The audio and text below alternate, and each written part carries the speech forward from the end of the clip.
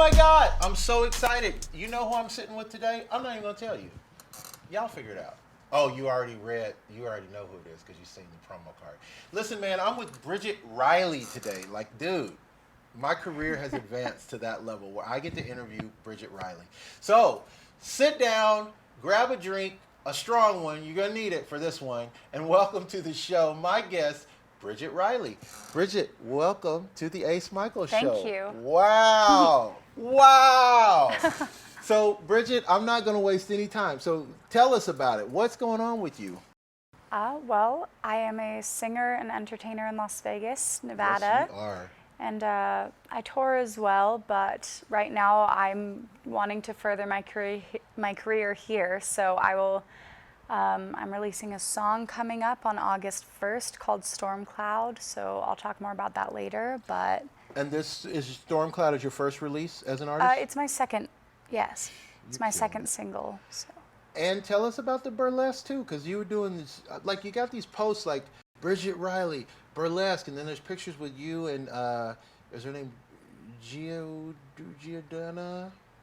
Oh, Britannia. Britannia. Yeah. Yes, Britannia Giordano, right? And I love her too. She's another great singer. Yeah, but she's fantastic. You do things together? Yeah, so we used to sing together all the time, and we're working on actually starting to do that again, hopefully, here soon. And but she had actually never done a photo shoot like that, so she reached out to me. Well, I posted that I had these two costumes, and she reached out to me, and she was like, I've always wanted to do a photo shoot with you. Right. I would love to. And I'm like, you're beautiful. Let's go. So we did it, and the results were awesome.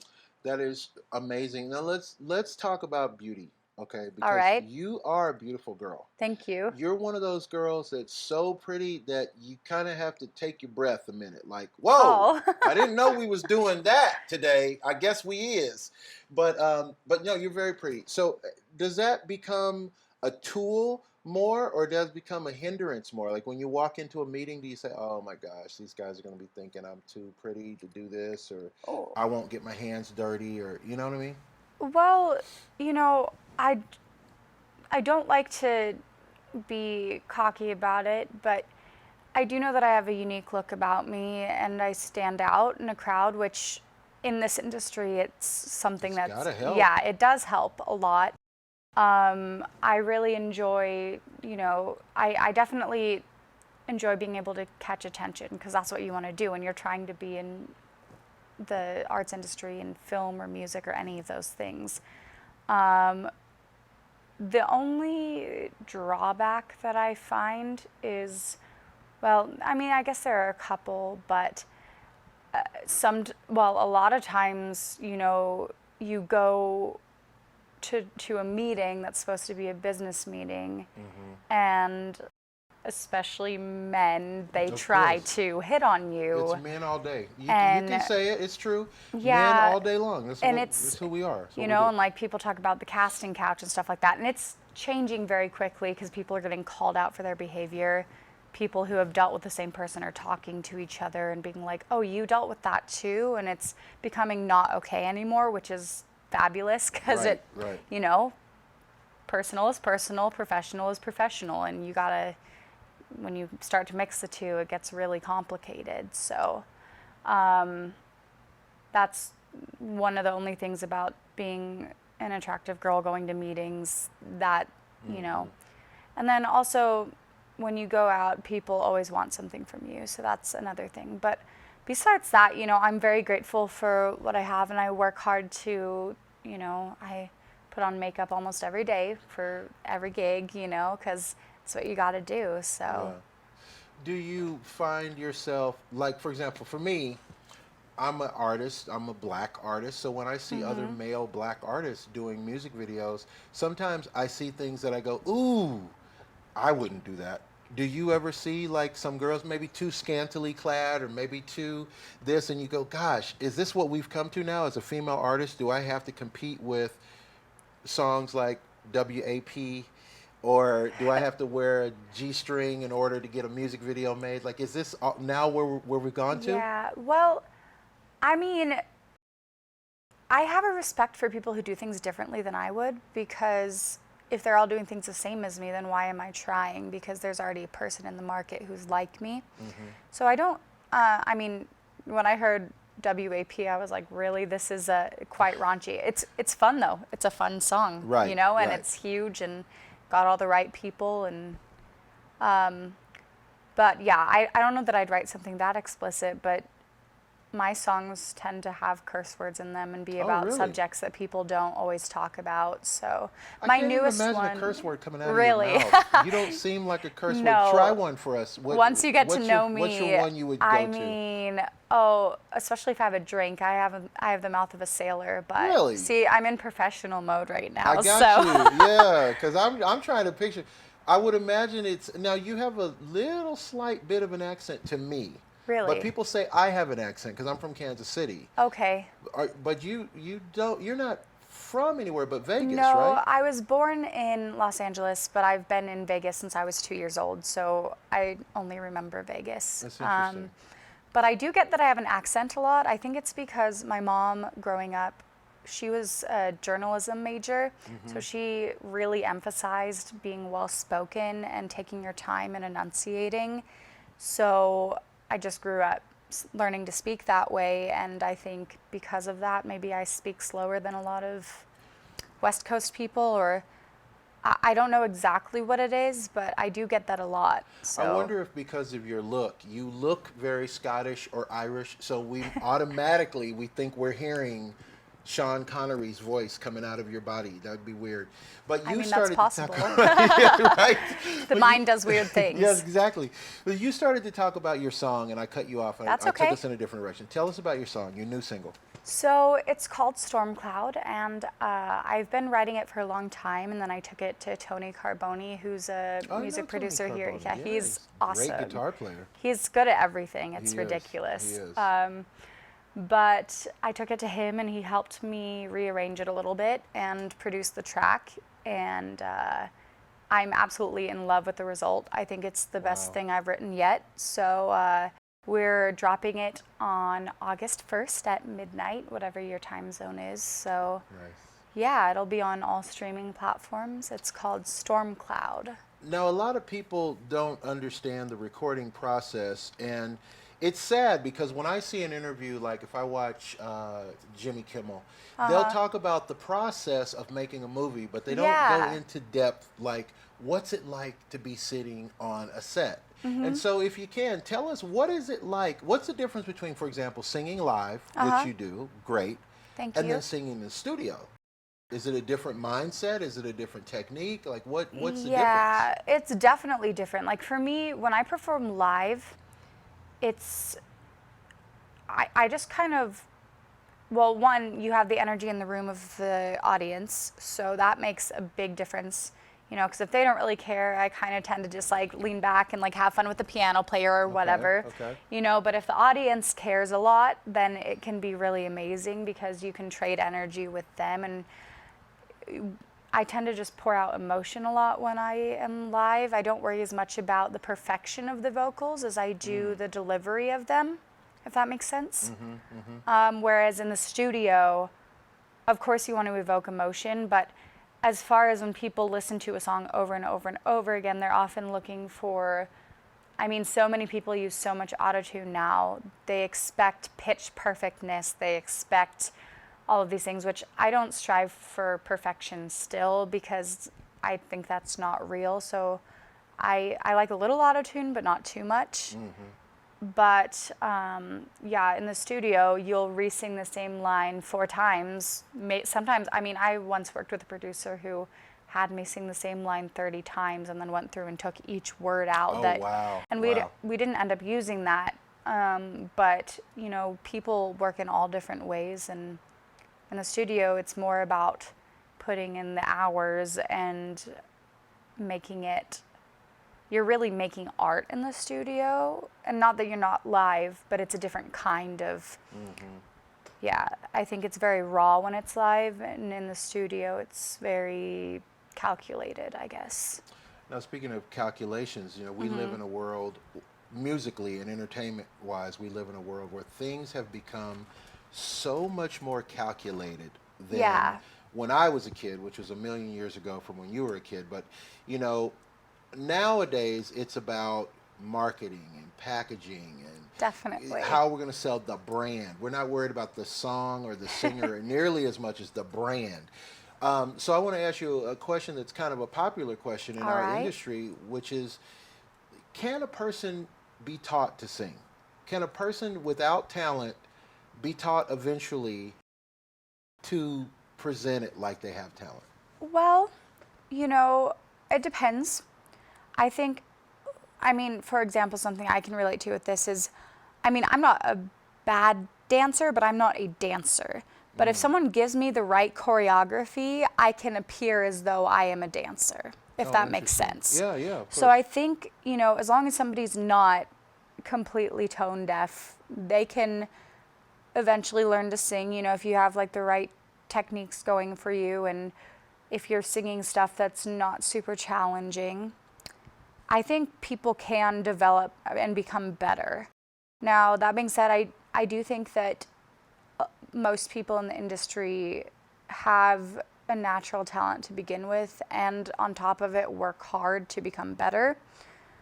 But I've also met people who, I mean, maybe a couple of years ago, like they're like, oh, I'm a singer. I'm like, great. And I go to see them and I'm like, I don't know about that. And then 2 years go by, I haven't seen them in a while. And then I hear them and they're freaking incredible. And I'm like, Right. I don't know what happened, but they worked really hard. Yeah. Or maybe they got more comfortable on stage and they sound awesome. So I think people definitely can get better. I don't know if somebody with absolutely no talent could become it, but if you're doing, you know, like spoken singing, or there are definitely artists out there who are famous who I've seen them live and they are not great, but But they're that good record in, sounded but their amazing. Yeah. songs are super catchy and I listen to them. So Yeah. Now, yeah. speaking of songs and songwriters, Adele, you Uh-huh. know, you have brilliant red hair, blue eyes. So when Adele came on the scene, did you say, yes, I'm in, I'm in? Because you do have that fabulous, similar look to Well, thank Adele, you. you know? You know, I've gotten that I look like her a lot, so it's funny. But when she first came out, I was in sixth grade. I was very young. Okay. So I had no idea. I mean, I knew I wanted to be a singer. I've known that since I was like 2 years old, but I didn't relate to her at all. Rolling the Deep came out, and I was like, I love this song. But at that point in time, I couldn't sing that. I mean, I sang a lot of musical theater and a lot of country music growing up. Oh, interesting. So, and I still have a love for those things, but I don't think I relate to them as much as I do to modern, like, I mean, not cheesy pop music, but I relate more to people like Alanis Morissette or Adele now, because they talk about real life things. That's why, like, Alanis Morissette is one of my all-time favorites, Yes.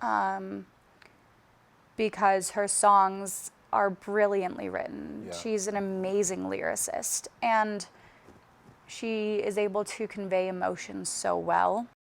And it's not always the same type of emotion either, which is cool.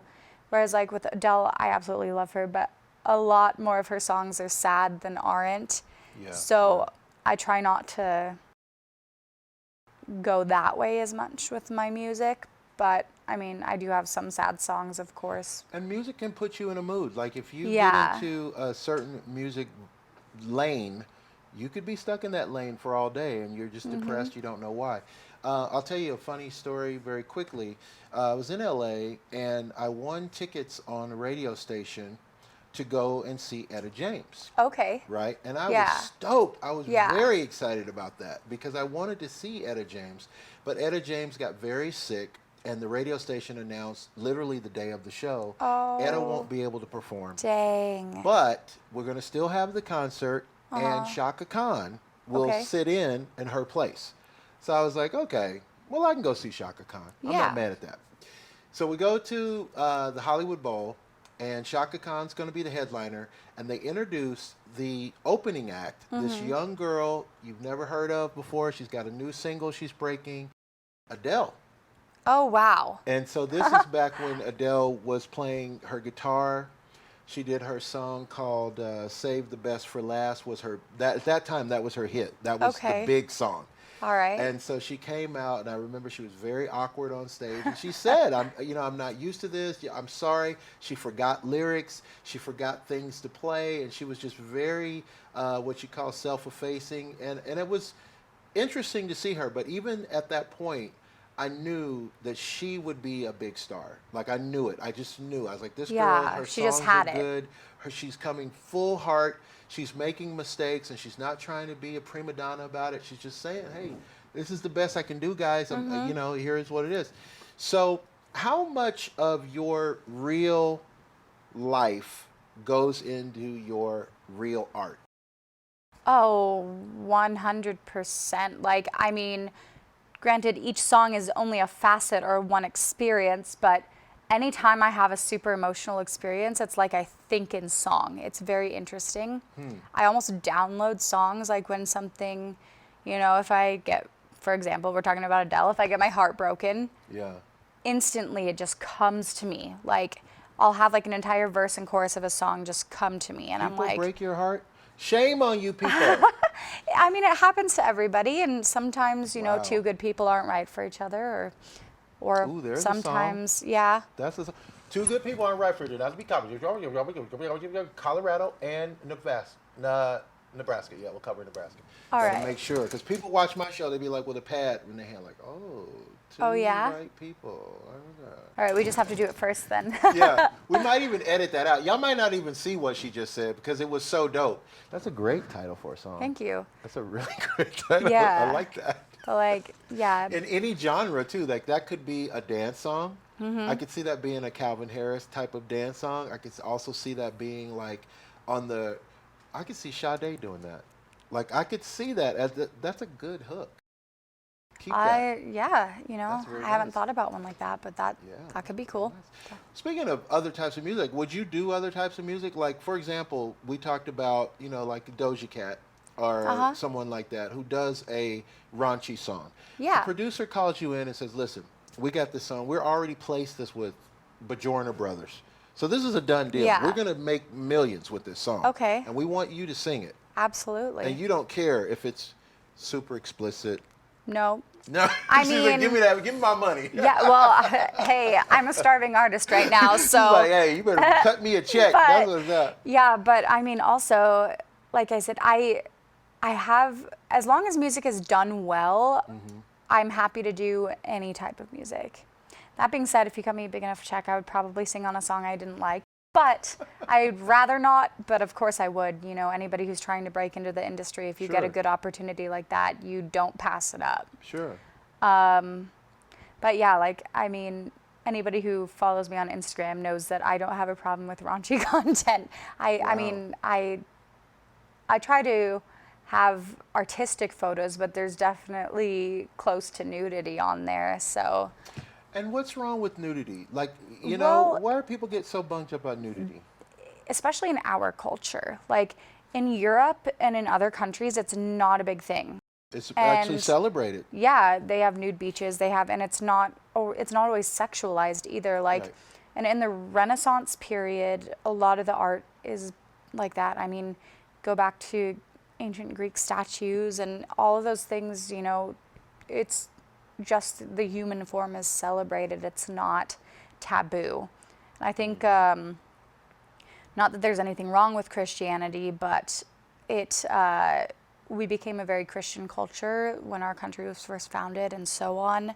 So a lot of those, I'm losing the words, but a lot of those values kind of shaped our society and how we view very puritanical. That's what I'm looking for. Puritanical, yes. And I've said this before on different shows. Like, I don't understand how it turned out that, for example, if I want to see naked college girls, I could go to the university and I could see naked college girls all the time. Yeah. Because they're at every party, they're at every car wash, they're everywhere. Yeah. But somehow $1 billion is being made off of websites promoting naked college girls. And it's Yeah. like, yeah, but it's just a college girl without her top on. What's the big deal? So, are you hip to the artist Rita Ora? Rita Ora. She had a song with the rapper Izzy Azalea.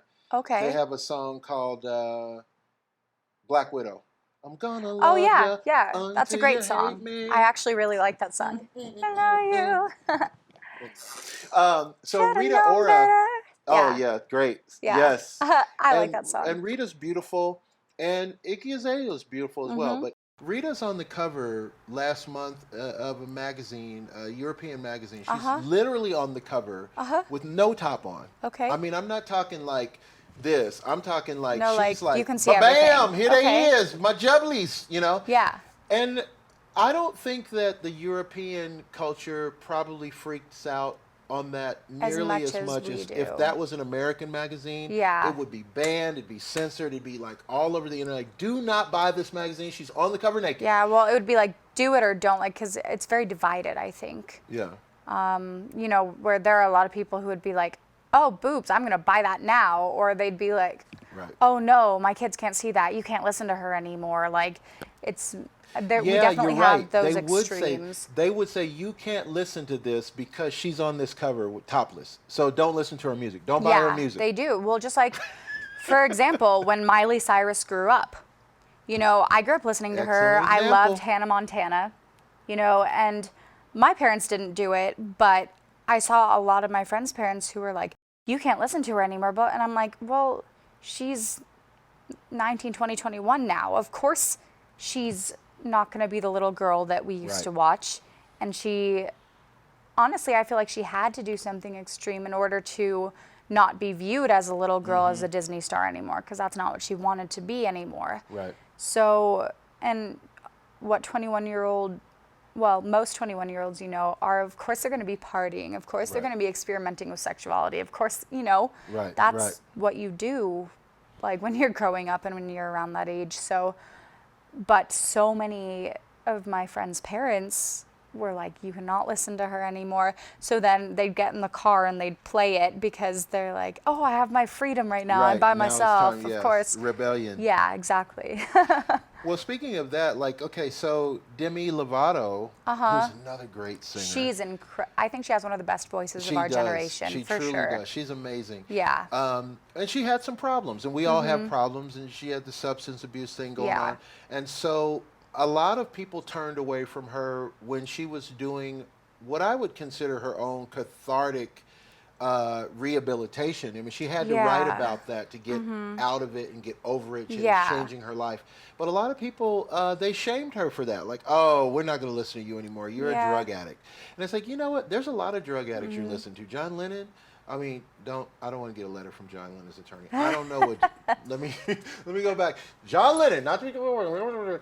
Anyway, there's a lot. I just saw Jimi Hendrix. Okay, Jimi Hendrix was a drug addict. Yeah. Jimi Hendrix was on right before you walked in. We were watching Jimi Hendrix in the studio, and what an amazing guy! Like, really, He's a talented, Really, dude? talented musician. playing a guitar upside Yeah. down and backwards. Really? I feel like But- Tony might be able to do that. I don't know. Tony probably can. I wouldn't be surprised if Tony can do that. So let's talk about then. Okay, so the sexuality in the industry, you kind of touched on that a bit. Yeah. Do people pressure you as an artist to do, because I'll never be a female artist. You know, like Well, they're you- very pushy with branding. Very Whatever pushy they how see you they think it- as. yeah. Yes. And so during those times, I imagined that I was thankful that I wasn't a female artist, because I could only imagine those conversations like, well, you're going to need to push your boobs up. You're going to Yeah. need to this. And I think it's very uncomfortable for a female artist. So my question is, do people do that to you? Do they say, well, you know, Bridget, we were thinking you would do it a little bit more like this or a little bit more like that. And you go, this is only because I'm a woman. You know that this is only because of my looks. You're suggesting this. Well, I have not experienced it in the music industry much, and I know other people who have. But I've worked with more independent studios than I have big production companies in the music industry anyway. So I have not myself, but I know girls who have, And in the modeling industry, there's definitely, like, sometimes I'll be on a photo shoot and, you know, we're already pretty provocative, but then they're like, oh, well, why don't you try this? And in my head, I'm like, oh, I don't know if I'm comfortable with that. But then I kind of just do it anyway because it's easier to get it out of the way. And then it's like, I don't know that I really want those photos out there, but I already took them, so. And even in this generation of OnlyFans, like, Yeah. is there any area that's not off limits? Like everything now, like you go to Well, Twitter and oh my God, Yeah, no, there's. you know, It's Yeah. like really? Well, yeah, and I mean, Iggy Azalea, right? She has an OnlyFans, so. Oh, I didn't know that. I'm pretty sure she's one of the ones. And I mean, Bella Thorne has one. Bella like, Thorne is off the chain. She is like, somebody needs to reel her ass in. Bella Thorne is like, not only is she doing it like a boss, she's doing it like a damn shift supervisor. Like she is killing it with that shit. And it's like, girl, Yeah. put your clothes on and stop. I thought you were an actress mostly. Now you're this influencer. Yeah. You're influencing. I mean, whatever works for her, though. Yeah. So- But is that something that you would consider? Like, do you see yourself as someone who's just going to do whatever for fame? No, of course not. No. You've got your boundaries of things that you know I'm not going to do. Yeah, like, I mean, like I said, I'm fine with, you know, pictures and things, but I don't think I'd want to go into the porn industry. You know, respect to people who do, but that's probably where I would draw my limit. Well, there was a campaign a few years ago. I remember it was before the pandemic, but not that much. It wasn't like 10 years ago. But it was when Game of Thrones was a popular thing. And the point of this campaign was that you can't tell the difference from what you would see on regular HBO nowadays and what you would see in a porn. So this campaign, I'm going to put it on this show. I'm going to run that clip on this show. But anyway, during this campaign, a young actress calls home to her mom. She's like, "I got the part," and her mom's like, "What?" Oh, She's like, yeah. "Yes, I'm going to be on HBO." And she's like, "Wow, what are you doing?" She's, "Well, I get gang raped, and then there's this one scene no. where I have to, you know, do this and that and this and that," and it's like, whoa. Yeah. That's on HBO? Well, yeah, and a lot of the things that they put on Game of Thrones, I would never. I've never. I mean, I've made some little like my quirky type films. Yeah. But I'm not a filmmaker, and I Yeah. would never claim to be a filmmaker. But I can only imagine that those filmmakers had to say to themselves, like, how do we get Amelia Clark naked again for this scene? Okay, let's say she's bathing a dragon. Okay, good. So now we've already got her in the bathtub, so she's got to not have her clothes on. Okay, great. Yeah. And it's like, really, guys? Like, where is the... Well, I mean, I think they're pressured to have a certain amount of, like, I mean, I know there are certain quotas they have to hit with different networks, and so they probably have to write it in. They're probably required to have a certain amount. And I mean, it sells.